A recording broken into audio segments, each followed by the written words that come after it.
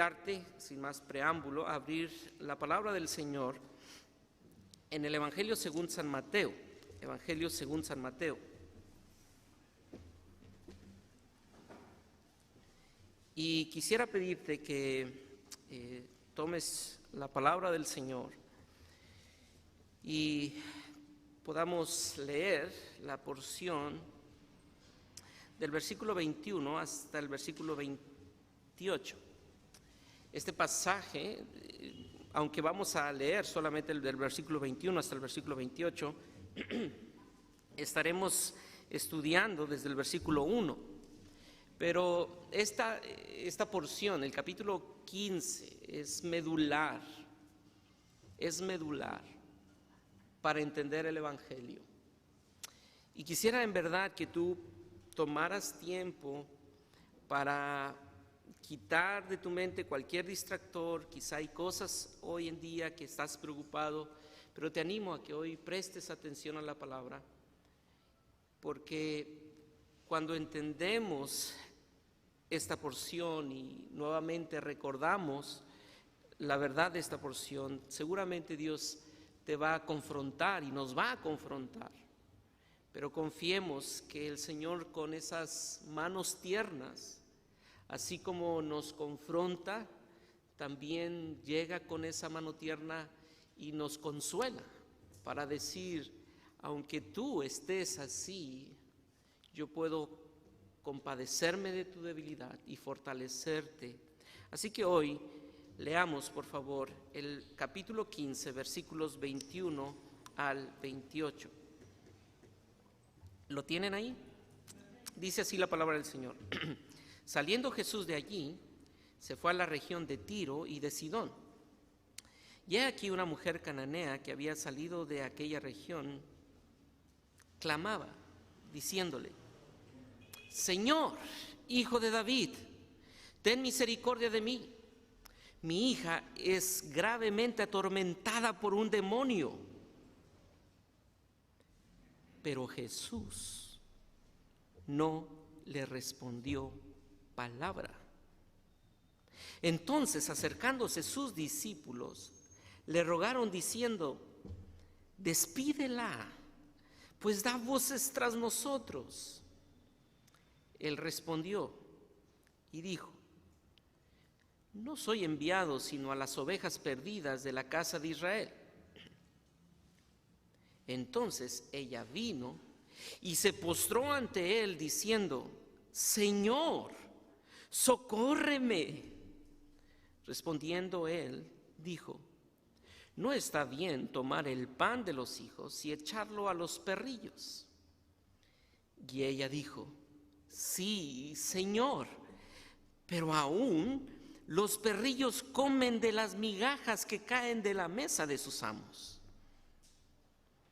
Entonces respondió Jesús y dijo: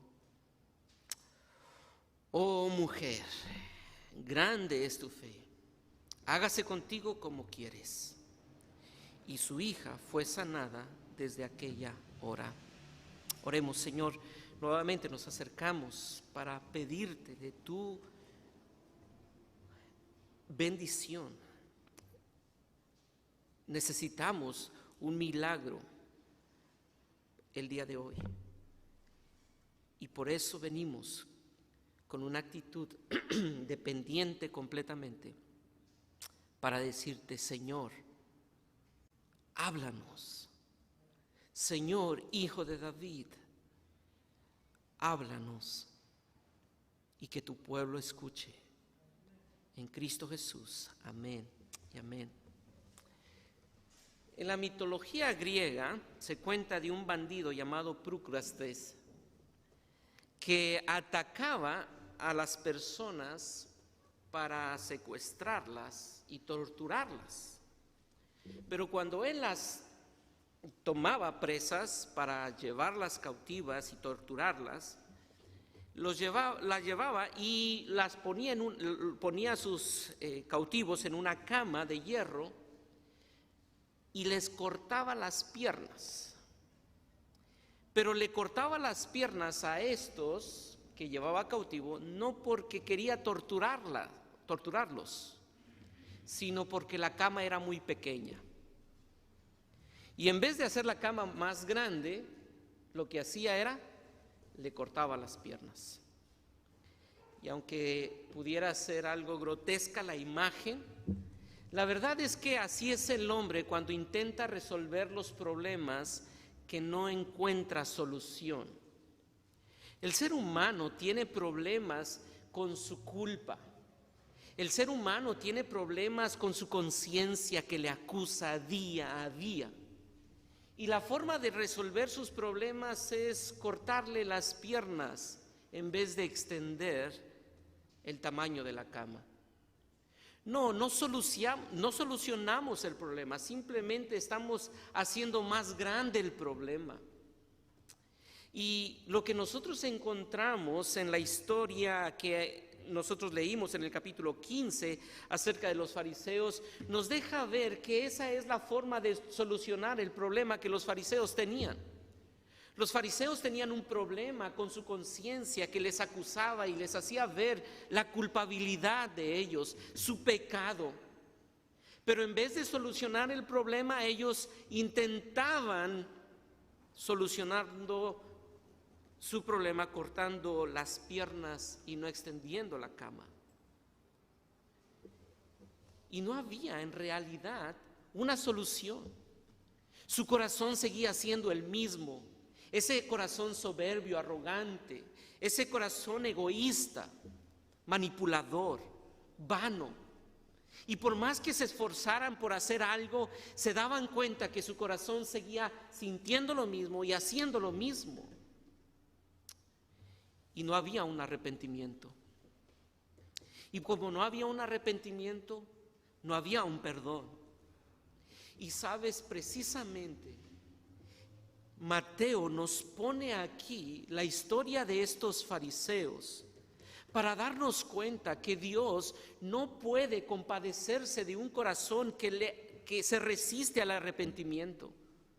Pero cuando hay un corazón arrepentido en verdad, hay otorgamiento de gracia abundante, un otorgamiento de gracia abundante, se prodiga amor infinito. Cristo es compasivo con aquel pecador arrepentido, pero también resiste a los soberbios. Y quisiera que a lo largo de los minutos siguientes nosotros pudiéramos ver que porque Cristo es compasivo al pecador arrepentido, tú y yo tenemos que buscarle y adorarle. Porque Cristo es el Dios que se compadece del pecador arrepentido, tú y yo debemos buscarle y adorarle. Ahora, ¿cómo? ¿Cómo es que yo puedo buscar y adorar a Dios? ¿Y cómo es que yo puedo entender que tengo un corazón arrepentido? Y precisamente Mateo nos va a mostrar cómo en estos versos hay un corazón que no se arrepiente a pesar de la superficialidad de su religiosidad. El problema de estos hombres que van a aparecer en los versículos del 1 al 20 es precisamente un corazón, es que tienen ellos un corazón legalista, farisaico. Y es precisamente algo que tú y yo tenemos que investigar y cuestionar antes de buscar y adorar al Señor. ¿Por qué? Porque lo primero que tienes que hacer es examinar tu corazón legalista. Examinar tu corazón legalista. Y déjenme explicar por qué estoy diciendo esto.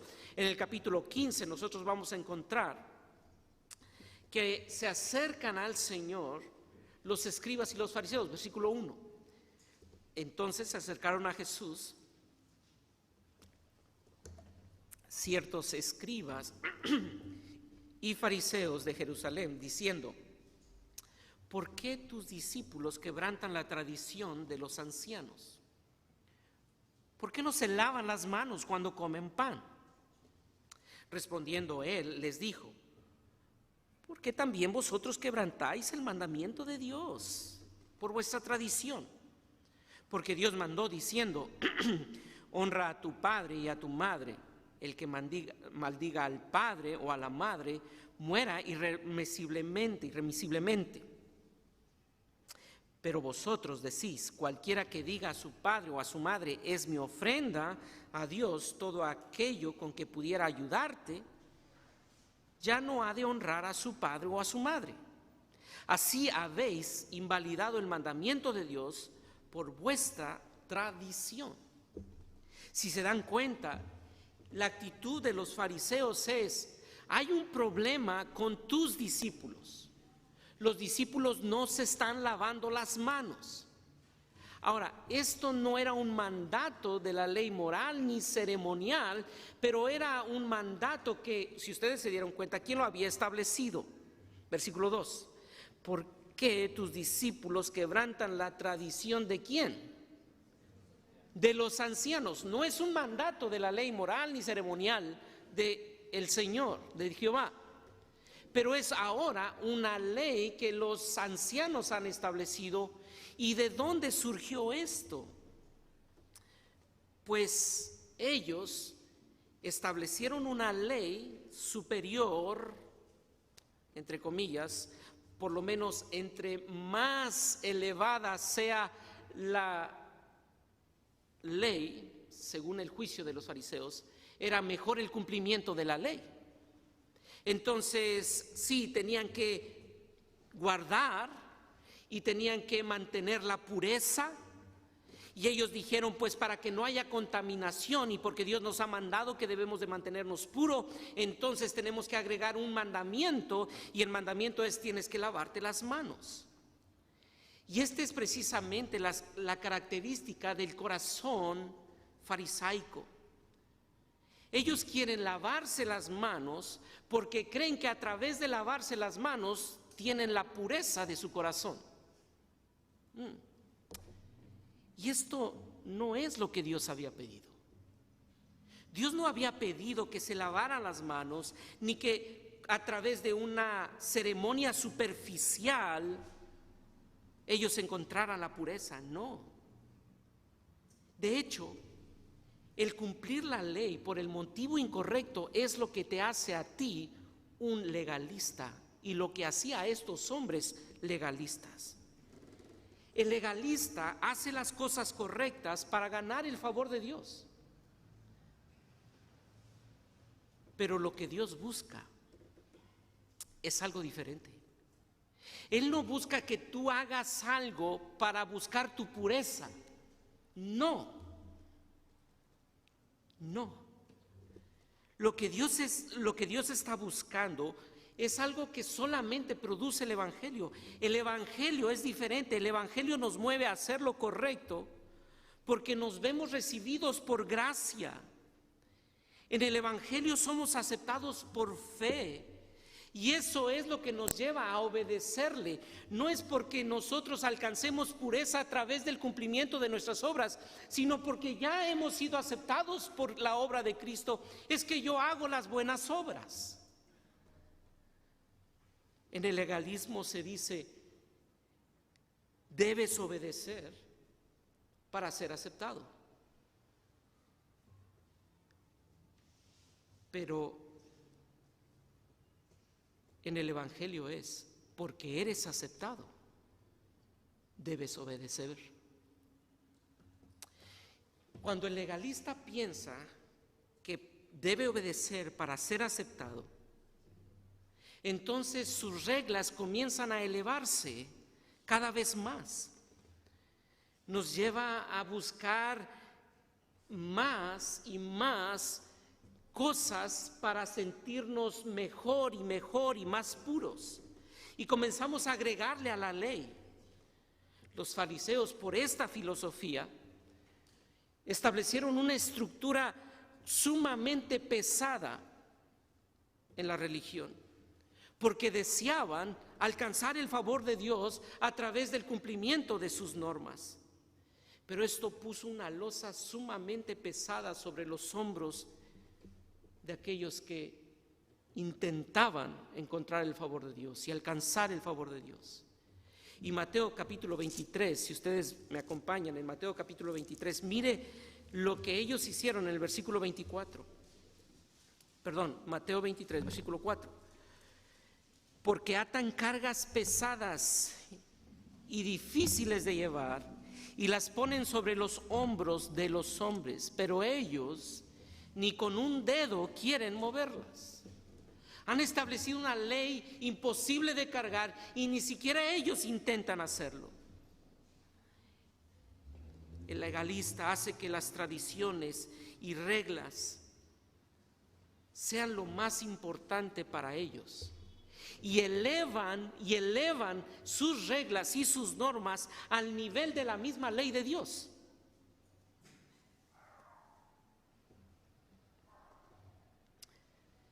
Y sabe, cuando esto sucede, el legalista anula la verdad de Dios. Anula la verdad de Dios. Mire cómo lo dice Marcos capítulo 7, que es el pasaje paralelo a esto. Vaya Marcos conmigo. Marcos capítulo 7, versículos del 9 al 13. Y decía también: bien invalidáis el mandamiento de Dios para guardar vuestra tradición, porque Moisés dijo: honra a tu padre y a tu madre, y el que maldiga al padre o a la madre muere irremisiblemente. Pero vosotros decís: basta que diga un hombre al padre o a la madre, es corbán, que quiere decir mi ofrenda a Dios, todo aquello con que pudiera ayudarte, y no le dejáis hacer más por su padre o por su madre, invalidando ¿qué? Invalidando la palabra de Dios con vuestra tradición que habéis transmitido, y muchas cosas hacéis semejantes a estas. La ley del hombre, el legalismo del hombre se estableció por encima de la ley de Dios, que anuló la ley de Dios a tal punto que estos hombres estaban dispuestos a hacer cumplir sus leyes humanas sin cumplir la ley de Dios. Y aquí está el ejemplo. Estos hombres llegaban y ellos mismos, los fariseos, decían: bueno, yo sé que tengo que dar a mis padres honra a través de lo que tengo, pero hay algo que nosotros tenemos como una ley superior a la ley de Dios. Si yo digo que todo lo que tengo es corbán, ¿y qué quiere decir eso? Si yo tenía un dispositivo y decía: esto es corbán, esto es para Dios, tenía yo el derecho y la concesión de usarlo para mí y que nadie más lo pudiera usar, solamente yo le ponía la etiqueta corbán. Y entonces yo podía disfrutar de eso. ¿Y sabe qué hacían los fariseos? Le ponían la etiqueta de corbán a todo para que nadie más pudiera usar y ellos solamente deleitarse con lo que ellos tenían, sin ser generosos ni a sus propios padres. Y hermanos, uno podría decir: qué corazón tan despiadado el de los fariseos legalistas. Pero sabe, todos llevamos un legalista dentro.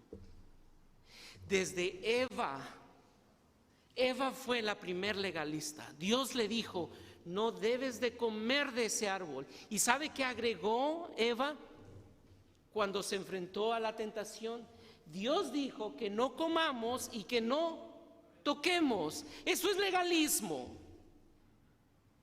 Muchas veces tú vas a querer creer que por tu buena regla, por tu estándar elevado de moral, eso te va a impedir pecar, y eso es imposible. Eso jamás cambia el corazón.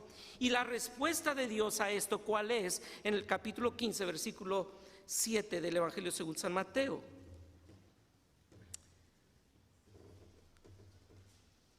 Hipócritas. Ahora, delante de Dios, el legalismo es horrendo. El legalismo es horrendo. Hermano, quisiera que tú entendieras esto. No se trata de algo ligero. No podríamos decir, bueno, la intención del hermano, de la hermana o del fariseo es buena. Quiere agradar a Dios. Quiere encontrar el favor de Dios. No, Dios no lo ve así. La respuesta de Él a eso, ¿cuál es? Versículo 7. Hipócritas. Ahora, este término es un término acuñado por el Señor Jesucristo. Nadie más lo había utilizado. Y en 20 ocasiones aparece en el Nuevo Testamento. Y el único que lo utiliza es Cristo en los Evangelios.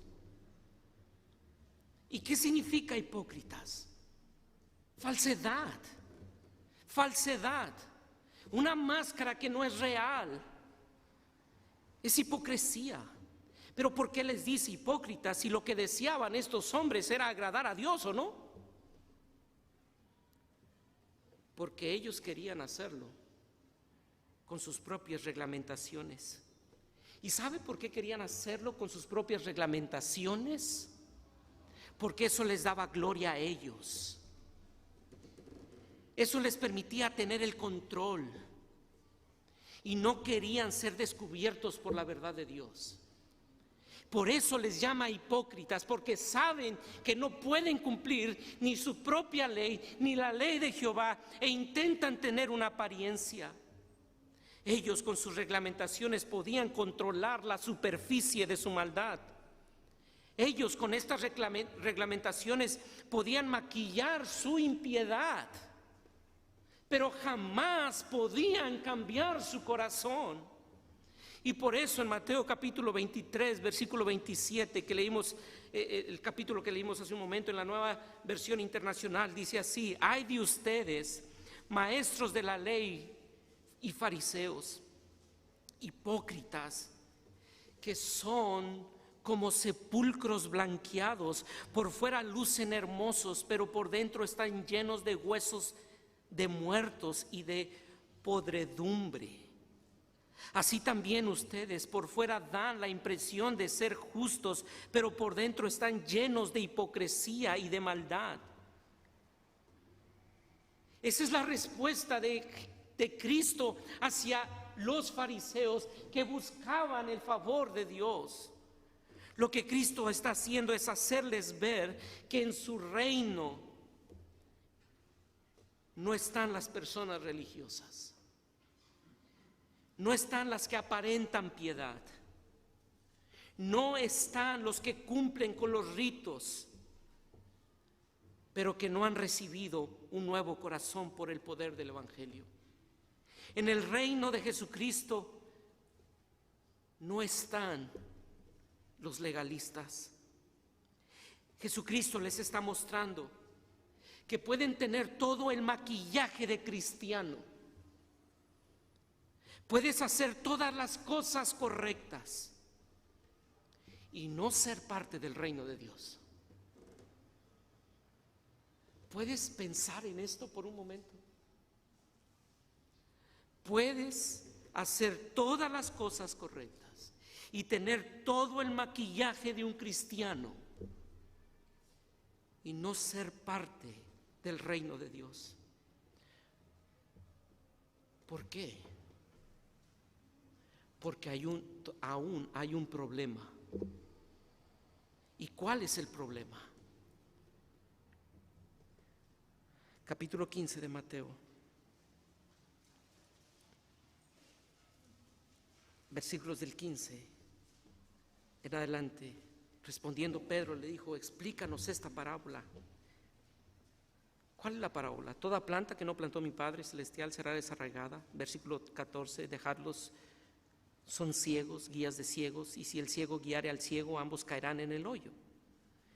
Y entonces Cristo les da la explicación de esta parábola. Jesús dijo: ¿también vosotros sois aún sin entendimiento? ¿No entendéis que todo lo que entra en la boca va al vientre y es echado en la litrina? Pero lo que sale de la boca, ¿de dónde sale? Del corazón sale. Y esto contamina al hombre, Porque del corazón salen los malos pensamientos, los homicidios, los adulterios, las fornicaciones, los hurtos, los falsos testimonios, las blasfemias. Estas son las cosas que contaminan al hombre, pero el comer con las manos sin lavar no contaminan al hombre. ¿Cuál es el problema entonces? No es tu religiosidad. No es que te ves muy bien. No, ese no es tu problema. Tu problema es mucho más profundo que eso. No es que si te pones tal vestido, no es que si cantas tal canción, no es que si escuchas tal música. No, tu problema es mucho más profundo que eso. Tu problema es tu corazón.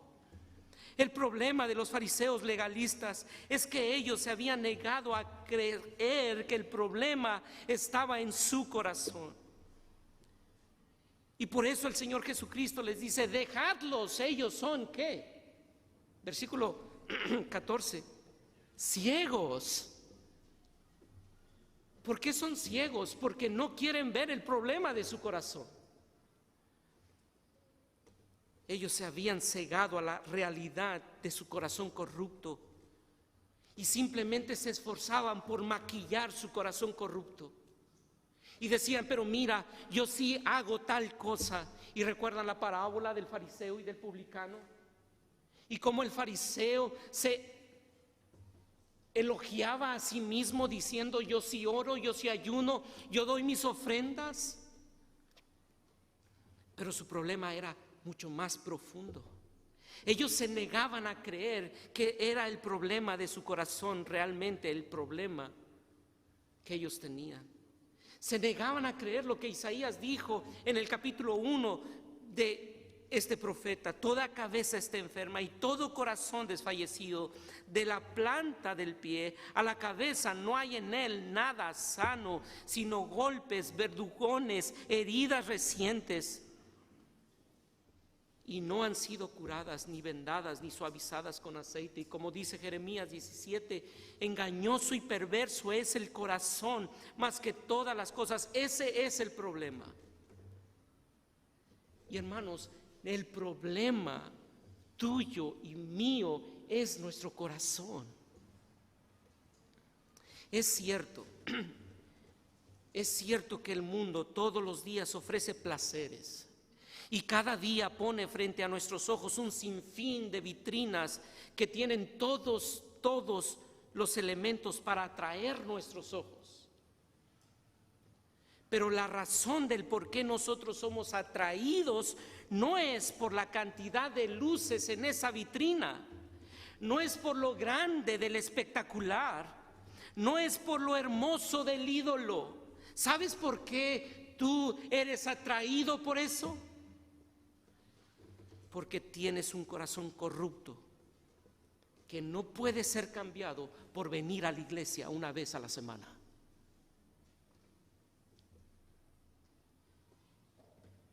Y sabes, no solamente eres tú, yo también. Esta es la realidad de los fariseos legalistas. Pero permítame aplicarlo. Esta es la realidad del cristiano legalista. El problema de tu ira no es tu jefe iracundo, no es tu cónyuge incomprensivo, no son tus hijos necios, no son tus amigos que te desprecian. El problema es que tienes un corazón homicida, y yo también. Porque ¿recuerdas? En el Sermón del Monte oíste que fue dicho: no matarás, pero yo os digo que cualquiera que le dice fatuo a su hermano es culpable de juicio. No, el problema no es el asesino que tomó el arma, el problema es tu corazón que está dispuesto a enojarse contra tu hermano. El problema de tu inmoralidad no es el internet, no son las redes sociales, no son las páginas pornográficas, no. El problema es que tienes un corazón lujurioso, y yo también. El problema de tu imprudencia no es que los errores que los errores de tus amigos son muy grandes y tú tienes que solucionarlo. No es tu celo por la santidad o la perfección, no, ese no es el problema. El problema es que tienes un corazón orgulloso que quiere construir una plataforma sobre los errores de los demás para sentirte mejor que los demás, y ese es el problema de tu imprudencia. Y sabes, mi corazón es igual al tuyo. Así que el problema no es lo que está afuera, el problema no es la pandemia, el problema no son las noticias, el problema es nuestro corazón temeroso. Ese es el corazón, ese es el problema del corazón. Nuestro corazón es orgulloso, temeroso, lujurioso, envidioso. Nuestro corazón es egoísta, vano, insensato. Así que el punto central es que el Rey Eterno no busca la tradición religiosa, sino un corazón transformado por el poder del Evangelio cada día. Cada día. Eso es lo que busca el Rey Eterno. ¿Por qué? Porque el corazón es el centro sobre toda cosa guardada. Guarda tu corazón. El corazón es el centro de la adoración. Mi querido hermano que estás aquí presente, por favor, escucha esto. No importa lo que hagas externamente. No importa lo que hagas externamente, si tu corazón no está apasionado por Él, tus hechos son como trapos sucios. Déjame decirlo nuevamente. No importa lo que hagas externamente, si tu corazón no está apasionado por Él, tus hechos son como trapos sucios. Así que la verdadera adoración fluye de un corazón que se deleita en el Rey Eterno, Cristo Jesús, y que lucha cada día contra todos los ídolos que intentan ocupar el trono. La verdadera adoración fluye de un corazón que se deleita en el Rey Eterno, Cristo Jesús, y que lucha cada día contra todos los ídolos que intentan ocupar ese trono.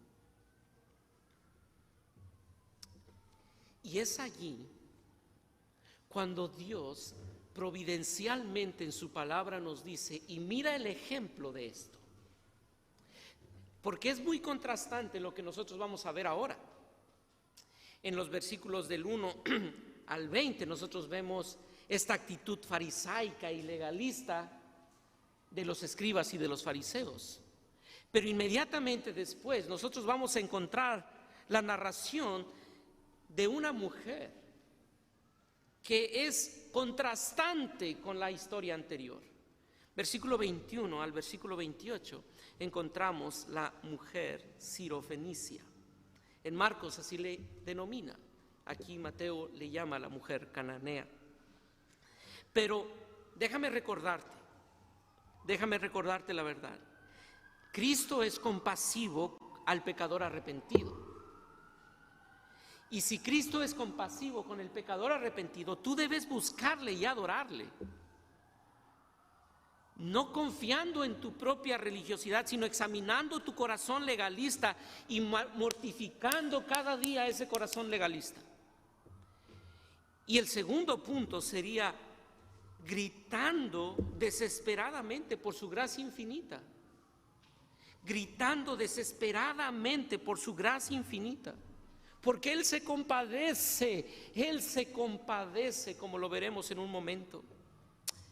Ahora, esta porción del versículo 21 al versículo 28 describe la única ocasión en que Jesús salió del territorio judío. Y el significado es bastante supremo, es elevado, porque nos deja ver que ahora el Evangelio no solamente es para los judíos, sino también es el evangelio para aquellos gentiles, la salida del evangelio a todo el mundo. Esto es el inicio de la ruptura de las barreras que existían para que el evangelio llegara a ti y a mí como gentiles. Este tiempo fue un tiempo que el Señor Jesucristo lo planeó intencionalmente con varios propósitos. Él sabía que ya estaba próxima la hora de su partida y él necesitaba tener un tiempo con sus discípulos. La vorágine de personas que se acercaba estando en su ciudad natal y en Galilea era continua. Los fariseos y los escribas lo acechaban continuamente. Así que él sabía que la única región donde podría salir sin sentir toda esa vorágine de personas era en un lugar apartado, en una nación diferente. Así que sale de esta región del territorio judío y se va a una ciudad, a la región de Tiro y de Sidón. Ahora, Tiro y Sidón no es la primera vez que aparece en el Evangelio de Mateo. Recuerdan ustedes que hace algunas semanas hablamos de Tiro y Sidón, en el capítulo 11, versículo 21. Ay de ti, Corazín, ay de ti, Betsaida, porque si en Tiro y en Sidón se hubieran hecho los milagros que han sido hechos en vosotras, tiempo ha que se hubieran arrepentido en cilicio y ceniza. Así que esta región de Tiro y Sidón es una región pagana completamente, a donde el Señor llega con sus discípulos. Tiro y Sidón era un lugar donde vivían los fenicios y llegaron allí para estar con un tiempo de quietud. Y se acerca allí, versículo 22 del capítulo 15 del Evangelio según San Mateo. Y he aquí una mujer cananea que había salido de aquella región, clamaba diciéndole: Señor, Hijo de David, ten misericordia de mí. Esta mujer se acerca porque tenía un problema muy grande. Su hija estaba poseída por un demonio. Seguramente ella había escuchado de la fama del Señor Jesucristo. Había recibido algo de la revelación de Jesús. No había escuchado todo lo que los discípulos habían escuchado. No habían escuchado todo lo que los fariseos y los escribas habían escuchado. Ella no tenía la ley de Jehová, pero lo poco que había escuchado fue suficiente para buscar a Jesús y llamarle como, versículo 22, Señor, Hijo de David. Los fariseos que tenían la ley no le llamaban así, pero esta mujer, con lo poco que tenía de la revelación, pudo reconocer que el que estaba frente a sus ojos era Jesús, el Mesías prometido. El Mesías prometido. Y nota que esta mujer llega a Jesús y nos describe Mateo cómo llegó, haciendo qué. Versículo 22. He aquí una mujer cananea que había salido de aquella región. ¿Qué? Clamaba. Ahora, déjenme explicar que esta palabra tiene un significado mucho más amplio que simplemente clamar. Quizá para usted y para mí clamar puede tener diferentes matices. Podríamos decir, quizá estuvo gritándole o diciéndole, Señor, Señor. Pero la verdad es que el significado de esta palabra es mucho más amplio. Es un grito desgarrador. Es un clamor incesante, fuerte. Y ella clamaba, gritaba desesperadamente y clamaba diciéndole, Señor, Hijo de David.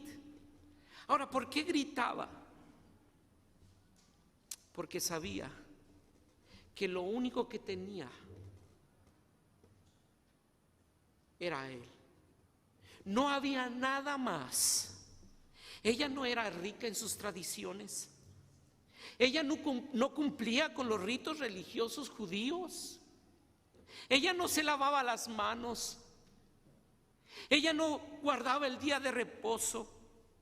Ella venía de una nación pagana e inmoral. ¿Sabe quién salió de Tiro y de Sidón? Jezabel. Y toda esa nación perversa, de allí salió esta mujer. Ella no venía del linaje de Abraham, de Isaac y de Jacob. Ella era ajena, completamente ajena a las bendiciones de Dios. Era de Tiro y de Sidón. Fue esta nación la que importó la adoración a Baal, la decadencia inmoral. Era sinónimo de lo que había en Tiro y Sidón. Pero sabe, la religiosidad y la decencia moral son monstruos que matan la fe. La decencia y la religiosidad, la religiosidad y la decencia moral son monstruos que matan la fe. Porque la fe surge de un profundo sentido de necesidad y de impotencia. Y recordarán ustedes el Sermón del Monte, cuando el Señor Jesucristo comienza a hablar las bienaventuranzas. Bienaventurados, ¿quiénes?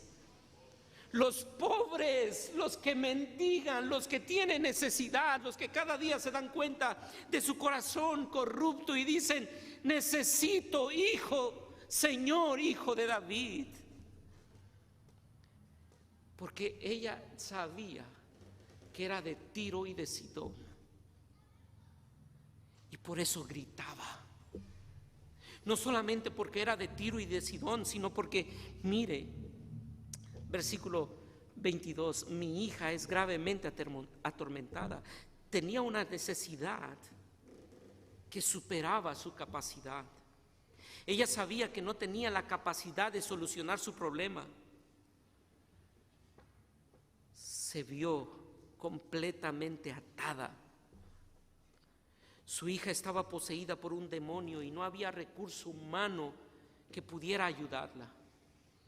Sus energías se habían acabado, sus recursos se habían agotado, y eso la trajo en clara bancarrota a clamar y gritar desesperadamente: Señor, hijo de David.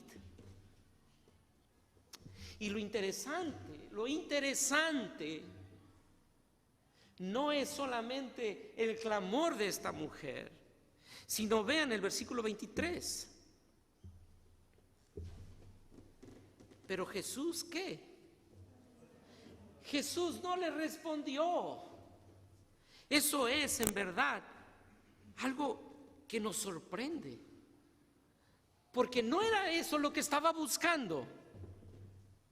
No era eso precisamente lo que anhelaba de los fariseos y de los escribas y los de su propia ciudad de Nazaret. Pero no le responde palabra. Mire el versículo 24 y 26. No solamente no le responde palabras, sino que mire el versículo 24. Él respondió y dijo: no soy enviado sino a las ovejas perdidas de la casa de Israel.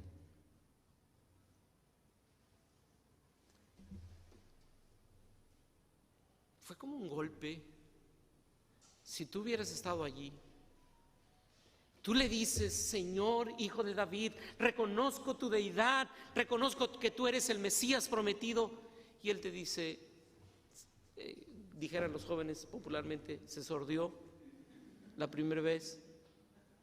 Y después no solamente no me hizo caso, sino que me dicen: no, yo no vengo por ti y yo no te vengo a ayudarte a ti.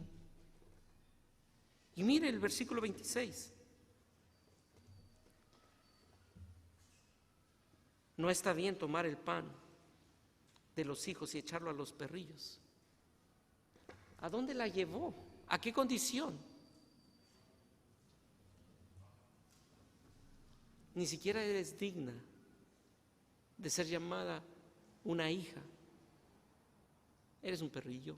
Ahora, déjenme explicar que esta expresión del Señor Jesucristo, aún esta expresión que pareciera ser muy fría, es una expresión de compasión y de amor. Porque ciertamente lo que el Señor Jesucristo estaba diciendo es verdad. El Señor Jesucristo vino a establecer su reino y trajo el reino a los escogidos, a su pueblo. Y esta es la condenación, que la luz vino al mundo y los hombres amaron más las tinieblas que la luz. Y se está refiriendo precisamente a los judíos que tenían ese derecho. Pero ¿qué hicieron los judíos? Despreciaron. Y los gentiles eran vistos precisamente como alguien despreciable. Y el Señor Jesucristo aquí les está diciendo: pero vean mi compasión hacia ellos. Y hay dos palabras que se utiliza para hablar de los perrillos. La primera, para los perros, la primera es una palabra que se usaba para referirse a los perros que estaban en la calle, que eran salvajes y nadie quería tener un animal de esos. Y la segunda palabra, que es la que utiliza el Señor Jesucristo, es una palabra que se utilizaba para referirse a los animales domésticos que eran parte de la familia, pero que no eran ciudadanos, no eran los hijos. Y esta es la palabra que utiliza el Señor Jesucristo para referirse a esta mujer. Sí, no eres un perro ajeno, eres de la casa. Y mira, versículo 27, y ella dijo: sí, Señor, pero aún los perrillos comen de las migajas que caen de la mesa de sus amos. Ahora, déjame decirte, el versículo 26 es una parábola. El Señor Jesucristo, en el versículo 14, 13 y 14, dice una parábola también. La respuesta a esa parábola en el versículo 15, ¿cuál fue? Pedro le dice: ¿qué? Explícame la parábola. Los discípulos no sabían discernir las parábolas. Y esta mujer, la cananea, la gentil, la que no tiene la ley, interpreta la parábola y dice: claro que sí sé lo que estás diciendo. Señor, yo sé lo que tú me estás diciendo. Versículo 27. Sí, Señor. Pero aún los perrillos comen de las migajas que caen de la mesa de sus amos. Sí, Señor, yo sé que yo soy un perrillo. Pero aún esos perrillos que están en la casa comen. En vez de desistir, ella se aferra. Se aferra. Los perrillos pueden sentirse satisfechos con las pequeñas migajas que caen de la mesa de sus amos. Yo sé que tú eres mi amo y yo sé que tú tienes tus hijos, pero si tan solo cae una migaja, será suficiente para que yo esté satisfecha. No pretendo sentarme a la mesa. Ella sabía que era solamente un perrillo. No busco tener tu apellido. Ella sabía que lo único que buscaba era una migaja de la gracia infinita del Rey Eterno. Con eso es suficiente. Eso es suficiente para deleitarme el resto de mis días. No te pido que me sientes a tu mesa, solamente deja que caiga una migaja y es suficiente. ¿Puedes ver que ella no vino con una exigencia? Como si Dios, el Señor Jesucristo, tuviera la obligación de darle algo, diciéndole: sana a mi hija. No. Vino con una actitud de humildad. Y sabes, esto es lo que el Rey busca en su reino. Y por eso ese proceso no le hizo caso, aparentemente. Después la desprecia y le dice, no te voy a hacer el favor. Y después le dice, tú ni siquiera eres digna de sentirte parte de la familia. Y le dice, sí, eso es suficiente, con que me veas como un perrillo. Lo único que estaba mostrando el Señor Jesucristo era el corazón de una mujer que había llegado a la humillación para decir, dame porque necesito. Corazones que mendigan el pan, que se sienten en bancarrota, que vienen a los pies del rey y le dicen, no merezco más que tu juicio, no merezco otra cosa más que el infierno, pero si tan solo puedes compadecerte de mí, si tan solo puedes tirar un poco de tu justicia para mí, una sola migaja sería suficiente. Y he aquí un corazón arrepentido. Spurgeon dijo esto: el arrepentimiento es el compañero inseparable de la fe. Todo el tiempo que andamos por fe y no por vista, la lágrima del arrepentimiento brilla en el ojo de la fe. Hermanos, aquí está un corazón que ha sido humillado, pero a la vez dice, pero tengo fe que tú eres el que puedes tirar una sola migaja y esa migaja es suficiente. No busco más que una migaja. Así que no es arrepentimiento verdadero el que no proviene de fe en Jesús. Y no es fe verdadera la que no está teñida de arrepentimiento. Hermanos, la conversión verdadera se caracteriza por estas dos virtudes divinas, arrepentimiento y fe. El arrepentimiento y la fe son dos hilos que Dios usa para entretejer el tapiz hermoso de la verdadera conversión. Son dos hilos que Dios está usando para poner ese bello cuadro de la verdadera conversión. No puedes tú decir que tienes fe sin un arrepentimiento, y no puedes decir que tienes arrepentimiento sin una verdadera fe y confianza en Él como el Señor y Salvador de tu vida.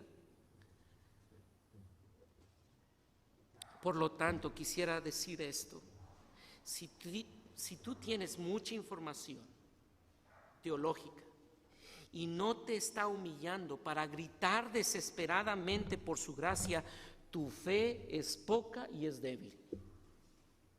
Si tú tienes mucha información teológica, pero esa información no te está humillando para gritar desesperadamente por su gracia, tu fe es poca y débil.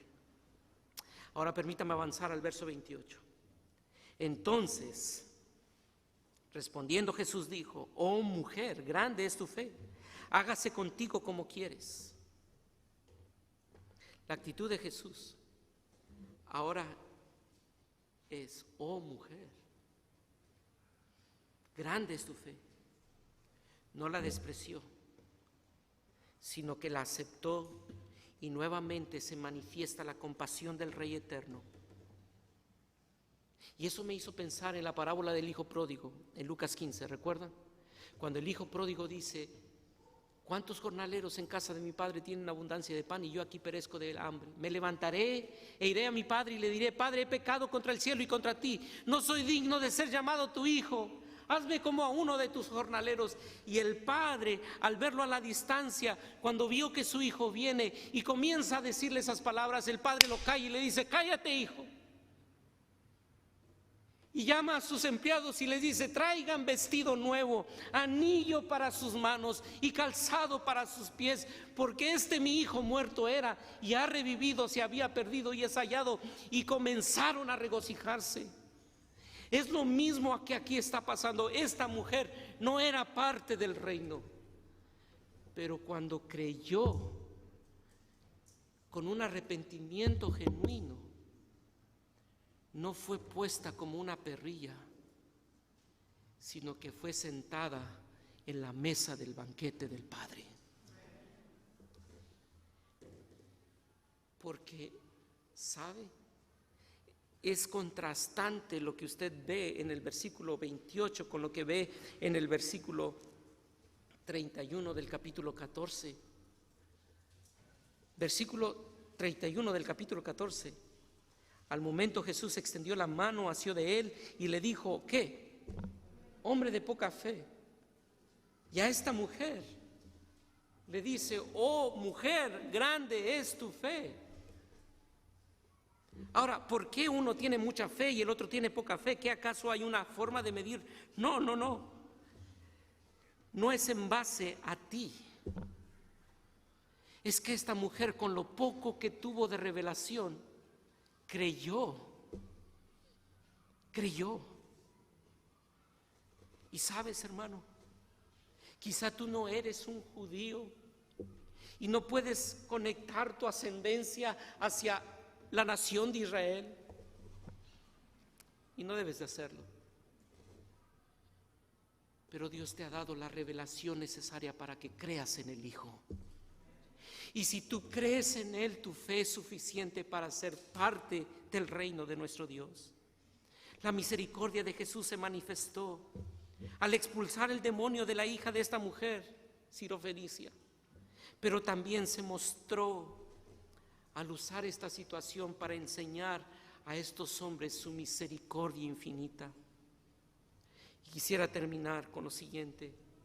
Ahora tú, por la gracia de Dios, no eres visto como un perrillo, no eres visto como un jornalero. Ahora estás sentado a la mesa y ahora puedes decir como el salmista, hay delicias a tu diestra para siempre. No una pizca, hay delicias a tu diestra para siempre. Esa es una realidad para ti, porque ahora por la obra de Cristo en la cruz has recibido justicia. Él te ha colocado su apellido. No eres un perrillo, eres hijo del Dios eterno por la obra de Jesucristo en la cruz. Ahora ya no tienes que esforzarte como un legalista para intentar cubrir tus pecados, porque Cristo en la cruz te ha vestido con su justicia. En la cruz compró el anillo para que Él te selle como su hijo. Y por esa razón, mira cómo está este pasaje en medio de dos expresiones que quisiera terminar. Versículo 33 del capítulo 14 y versículo 31 del capítulo 15. Versículo 33 del capítulo 14 y versículo 31 del capítulo 15. Entonces los que estaban en la barca vinieron y ¿qué? Y le adoraron diciendo, verdaderamente eres el Hijo de Dios. Versículo 31 del capítulo 15.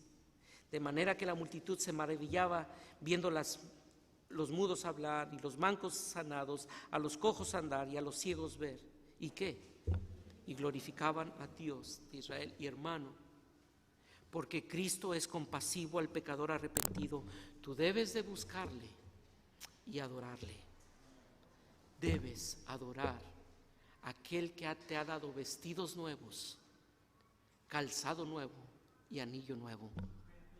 No merecíamos nada por nuestro corazón legalista y apartado, pero su gracia infinita se ha manifestado.